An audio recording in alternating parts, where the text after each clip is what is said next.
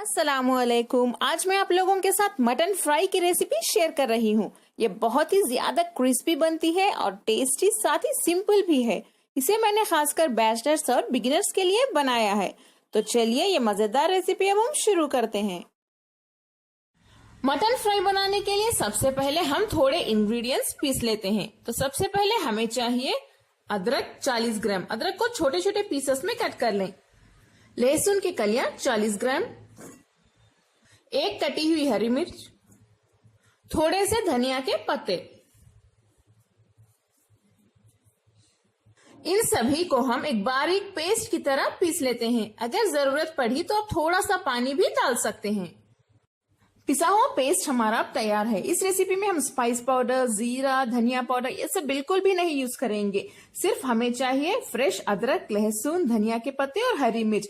बस यही डोमिनेट करना चाहिए हमारे इस मटन फ्राई की रेसिपी में। एक बार आप बिना स्पाइस के भी मटन या चिकन की रेसिपी बना के देखिए, लेकिन इसमें फ्रेश अदरक लहसुन का पेस्ट होना चाहिए। देखिए बहुत ही टेस्टी रेसिपी बनेगी आपकी। जरूरी नहीं कि हर रेसिपी में स्पाइस पाउडर डाला जाए। अगर हम हर रेसिपी में स्पाइस पाउडर डालना स्टार्ट करेंगे तो सभी रेसिपीज एक जैसी ही टेस्ट करेंगे। सबसे पहले हम गोश्त गला लेते हैं। इसके लिए हमें एक प्रेशर कुकर की जरूरत पड़ेगी। अगर आपके पास प्रेशर कुकर ना हो तो आप पैन में भी गोश्त गला सकते हैं, लेकिन थोड़ा वक्त ज्यादा लगेगा। इसमें हम डालेंगे आधा किलो गोश्त। गोश्त के मीडियम से थोड़े छोटे साइज में पीसेस कट कर लें। और मैंने यहाँ मटन विद बोन्स लिए हैं। आप बोनलेस मटन का भी यूज कर सकते हैं। हमने जो स्टार्ट में अदरक, लहसुन, हरी मिर्च और धनिया के पत्तों का पेस्ट बनाया था वो आधा डाल देते हैं, आधा हम बाद में यूज करेंगे। हम इसमें 1 कप पानी डाल देते हैं, आधा टीस्पून हल्दी, थोड़ा सा नमक आपके टेस्ट के हिसाब से डाल लें। इसे हम अच्छे से मिक्स कर लेते हैं। फ्लेम को हाई पे रखिए और मिक्स करने के बाद हम इस पे लिड बंद कर देते हैं। जब इसमें विजिल यानी 1 सीटी आ जाएगी, फ्लेम को लो पे रख दें और लो फ्लेम पे इसे 10 से 15 मिनट तक गला लें। यानी मटन यानी गोश्त 90% गलने तक ही गलाएं। बाद में फ्राई करते वक्त जो 10% है वो गल जाएगा। अगर 10 या 15 मिनट में नहीं गला आपका गोश्त तो आप इसे और थोड़ी देर गलाएं। गोश्त हमारा 90 to 95% तक गल चुका है। इसमें जो शोरबा बचा है इसे हम ऐसे ही रहने देते हैं, हम इसे बाद में सुखाएंगे। अब मैं फ्लेम बंद कर देती हूँ।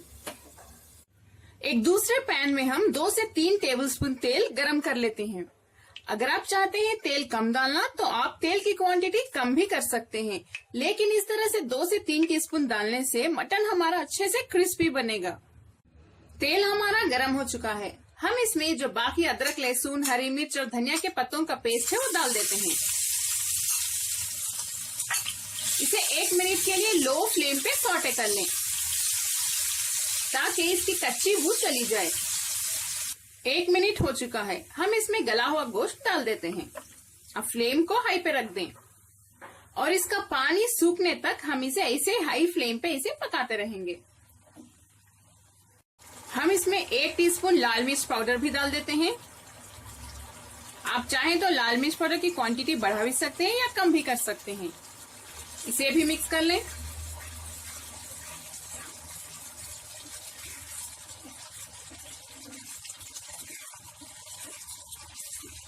ये अच्छे से सूखने तक हम इसे ऐसे ही पकाएंगे हाई फ्लेम पे। इस रेसिपी का जो मसाला होता है वो बहुत ही ज्यादा टेस्टी बनता है। आप इसे रोटी के साथ खा सकते हैं या चावल के साथ मिला के भी खाइए, बहुत मजा आएगा आपको। आप इसे दाल चावल के साथ भी खा सकते हैं। देखिए अच्छे से फ्राई हो रहा है।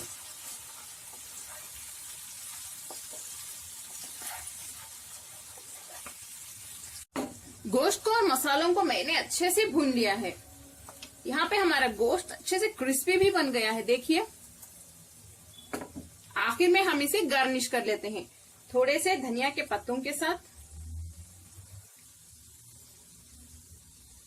और थोड़ी सी बारीक कटी हुई हरी मिर्च के साथ।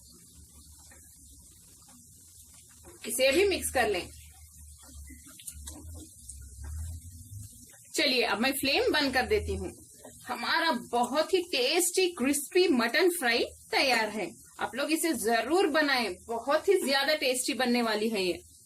अगर आपको मेरी डिलीशियस और क्रिस्पी मटन फ्राई की रेसिपी पसंद आई तो प्लीज मेरे चैनल को सब्सक्राइब करें और कमेंट सेक्शन में अपनी व्यूज जरूर शेयर करें कि आपको मेरी रेसिपी कैसी लगी। बेल आइकॉन प्रेस करना ना भूलें ताकि आपको मेरे नए वीडियोस की नोटिफिकेशन जल्द से जल्द पहुंच सके और वो भी फ्री। मेरे इस वीडियो को लाइक करें और अपने फैमिली और फ्रेंड्स के साथ शेयर भी करें। अस्सलामुअलैकुम।